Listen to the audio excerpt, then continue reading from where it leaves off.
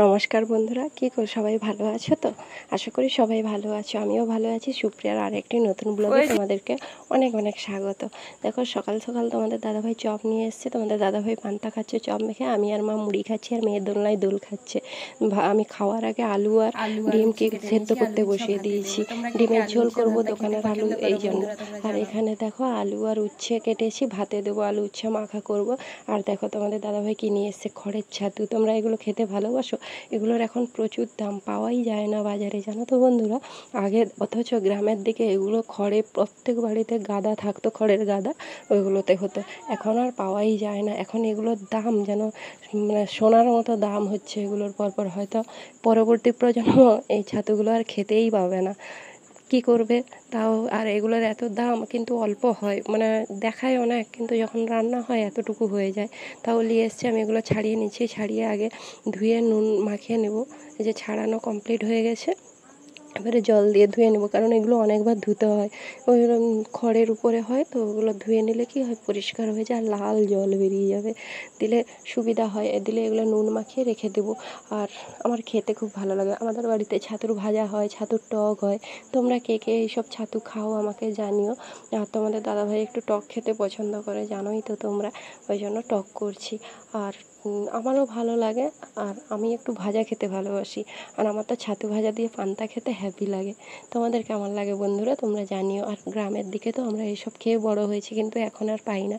তারপরে কুমড়ো ফুলের বড়া করেছিলাম, একটা খেয়ে নিলাম গরম গরম, কারণ ভাতে আমার এইসব ভালো লাগে না, এমনি ঠিক আছে।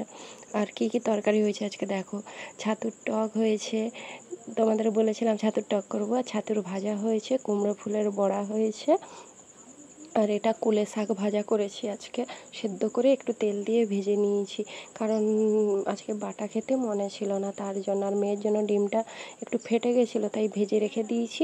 আর আমাদের ডিম আলু দিয়ে মানে একদম কষা কষা, বলতে গেলে একটুখানি রস রেখেছি, নাহলে একদম কষা কষা। আর এখানে কাকিমা শুশনি শাকের ভাজা দিয়েছিল, ওইটা রেখেছি মা খাবে বলে। দিয়ে একেবারে খেয়ে টেয়ে দেখো দোকানে চলে এসেছি তোমাদের দাদাভাইয়ের খাবার নিয়ে। আর দেখো আজকে রোদটা মানে পাগল করা রোদ হয়েছে, আর গরম তো গরম। তোমাদের দাদাভাইয়ের খাবার রেখে দিচ্ছি, রেখে দিয়ে একটু বসবো। দেখো আমার ঘামে আমি পুরো ভিজে গেছি। এখনকার দিনে যে এভাবে গরম, মানে ভাবা যায় না। তোমাদের দাদাভাই চপ রেখে এখানে থালা ধুতে গেছিলো। একেবারে সন্ধ্যাবেলা ভিডিও নিয়ে চলে এলাম তোমাদের সামনে। তোমাদের দাদাভাইয়ের দোকানে এসেছিলাম, দোকানে বলতে আমি স্ট্যান্ডে এসেছিলাম। দেখো আবহাওয়াটা, মেঘটা কত সুন্দর লাগছে, শরতের আকাশ, মন ছুঁয়ে যায় আকাশটা। আমি বসে বসে ভিডিও করছিলাম, আর তোমাদের দাদাভাই ওইদিকে দোকানে চপ ভাজছিল, চাউমিন ভাজছিল, ওইটাকে ডবল ক্যামেরা করেছি। তারপরে ইঞ্জেকশান নিতে চলে এসেছি। আর এই ক্যামেরাটা ধরে দিয়েছে আমার ওই যে ননদ ধরে দিয়েছে, ওই জন্য ঠিকঠাক ক্যামেরাটা হয়নি, তাও যতটা সম্ভব চেষ্টা করেছে। দেখো কিভাবে আমাকে ইঞ্জেকশান দেয়, আমি তো তাকাই না, আমার খুব কষ্ট হয় জানো তো। আর পুরো ভ্যানে ইঞ্জেকশানটা দেয় তো, প্রচণ্ড লাগে, তবুও কী করব, নিতে হবে। অসুস্থ যখন নিতে তো হবে। তোমরা কে কে ইঞ্জেকশান নিতে ভয় পাও? আমার ভয় এতটা লাগে না, কাঁদিও না, কিন্তু তবুও দেখবে যত সাহস থাকে এসবে একটু ভয়ই লাগে। যে হয়ে গেছে প্রায়, ইঞ্জেকশানটা দিয়ে দিলে এবারে।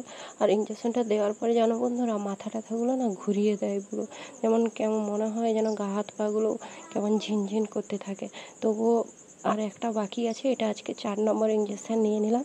ইঞ্জেকশান নেওয়ার পর একেবারে ফুচকা খেতে চলে এসেছি 3 জন, আমার 2 জন ননদ আর আমি করে। এরা হচ্ছে কাকা শ্বশুরের 2 জন মেয়ে। সেদিন ছোটোর সঙ্গে খেয়েছিলাম, আজকে বড় বৌদি হই, তাই ওরা নিয়ে যায় খাওয়ায়।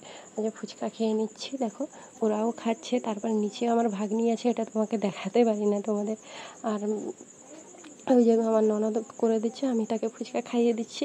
তারপরে একটা পাপড়ি চাট নিয়ে নিয়েছি, আর পাপড়ি চাটটা ওই ফুচকা খায়নি বলে নিয়েছি, কিন্তু আমার ভালো লাগছে না, তবুও নিলাম।